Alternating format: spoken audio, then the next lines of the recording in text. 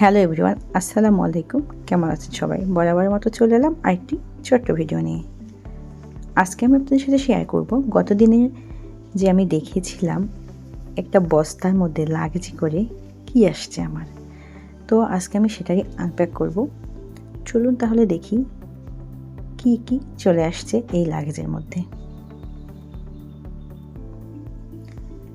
তো কুরিয়ার সার্ভিসের লোকেরা এত সুন্দরভাবে প্যাকিং করে পাঠিয়েছিল যে এটা খুলতেই আমার অবস্থা শেষ। এখানে একটা দড়ি দিয়ে বেঁধে দিয়েছিল, যেহেতু লাগেজের তালাটা নষ্ট তাই ওইভাবে তালাটা দেওয়া হয়নি, সেজন্য তারা এটা একটা দড়ি দিয়ে সুন্দর করে বেঁধে দিয়েছিল। এই তো অলরেডি খুলে ফেলেছি।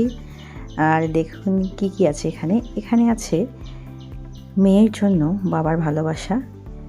তো আমার হাজব্যান্ড ঢাকায় থাকে, এটা আমি অনেকবার অনেক ভিডিওতে বলেছি। আর আমরা যেহেতু রংপুরে থাকি, তো যাই হোক, অনেক দিন ধরে আসতে পারিনি। আর মেয়ের জন্য এইসব পছন্দের জিনিসগুলো কিনে রেখেছিল, সে নিজেই নিয়ে আসতে চেয়েছিল, কিন্তু আসা হয়নি। 3 মাস ধরে আসতে পারিনি।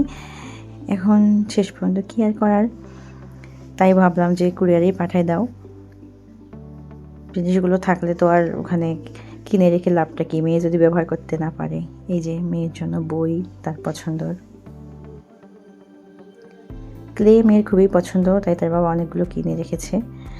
আর এগুলো ওর বাবা গিফট পেয়েছিল, আর সেগুলো আমাদের জন্য পাঠিয়ে দিয়েছে।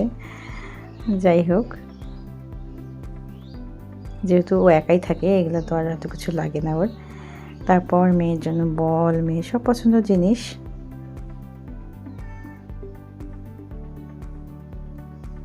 তো এই জিনিসগুলো ও যেহেতু স্যাম্পল হিসেবে পায় ওষুধ কোম্পানি থেকে, তো এই জন্য আমাদের জন্য পাঠিয়ে দিয়েছে।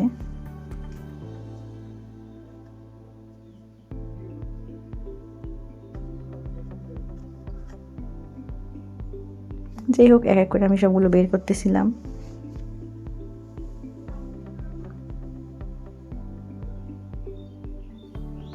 এটার মধ্যে কি আছে আমি সেই পর্যন্ত জানতাম না, পরবর্তীতে দেখিয়ে দিব। এগুলো ও সুন্দরভাবে প্যাকিং করে দিয়েছিল, কারণ যাতে এখানে আরও কিছু জিনিস ছিল কাচের, যে সেগুলো যেন ভেঙে না যায়।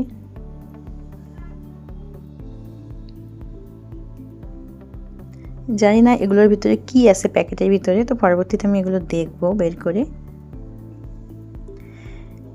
যাই হোক, অর্ধেক বের করা হয়ে গেছে, আর বাকি অর্ধেক এগুলো আমি পরে বের করব আরও। এর নিচে এখন শুধু এগুলো রয়েছে কাপড়।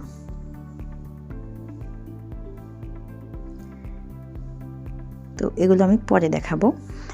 এই যে মেয়ের জন্য বাবার ভালোবাসা, আর ওর তেল শেষ হয়ে গিয়েছিল, ওর বাবা তেল কিনে রেখেছিল। বলছিল যে ও আসলে প্রতিদিন ভিডিও কলে বাবার সাথে এগুলো দেখে, ওর বাবা ওকে দেখায়। তো আরও কিছু জিনিস ছিল যেগুলো পাঠাতে পারিনি, কারণ এত কিছু তো লাগেজে ধরতেছিল না, জায়গা হচ্ছিল না। তো যেগুলো যেগুলো পারছে দিয়ে দিয়েছিল। মেয়ে এত খুশি, এই যে ওর তেল পেয়ে খুবই খুশি, কারণ আমি আসলে শেষ হয়ে গিয়েছিল, আমি কিনতে চেয়েছিলাম, কিন্তু ওর বাবা বললো যে না, আমি নিয়েছি ঢাকায়, তো এটাই পাঠাই দিব। এই জন্য আমি আর নেইনি। তো এই তেলের অপেক্ষায় মেয়ে ছিল, প্রতিদিনের বাবার সাথে ভিডিও কলে দেখে, আর সবাইকে বলে যে আমার বাবা আমার জন্য তেল কিনেছে, আমার বাবা আমার জন্য বল কিনেছে, এটা সেটা ক্লে নিয়ে রেখেছে। তো যাই হোক, মানে ও পেয়ে এত খুশি,